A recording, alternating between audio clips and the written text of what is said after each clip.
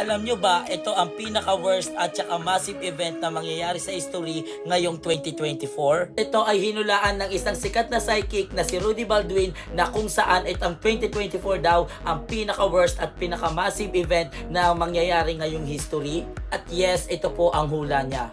Alam nyo ba, ngayong taon ay marami daw ang maaaksidente at marami daw pong darating na dilubyo ngayong taon. At ito na nga din daw ang pinakamadugong taon sa history. At ayon nga sa vision ni Rudy Baldwin, ngayon daw taon marami ang madidisgrasya at maaaksidente sa iba't ibang bahagi ng Pilipinas. Ito pa nga ang isang hula ni Rudy Baldwin na kung saan ang vision niya ay darating daw na bagyo na 5 na sunod-sunod na pinakamalakas na bagyo na mangyayari sa Pilipinas. At ang isa pa niyang ambition, ang isang ito ay nakakatakot talaga.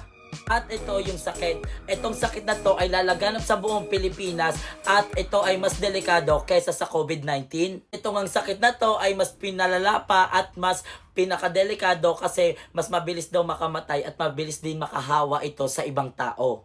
Meron pa nga din siyang mga hula at ito pa ang isa. Alam nyo ba, ito maganda to. Kasi alam nyo kung bakit? At ito ngang hulang to sa 2024, karamihan do sa tao ngayon ay magiging successful at magkakapera ng madami. At sana kasama ako dun. Huy!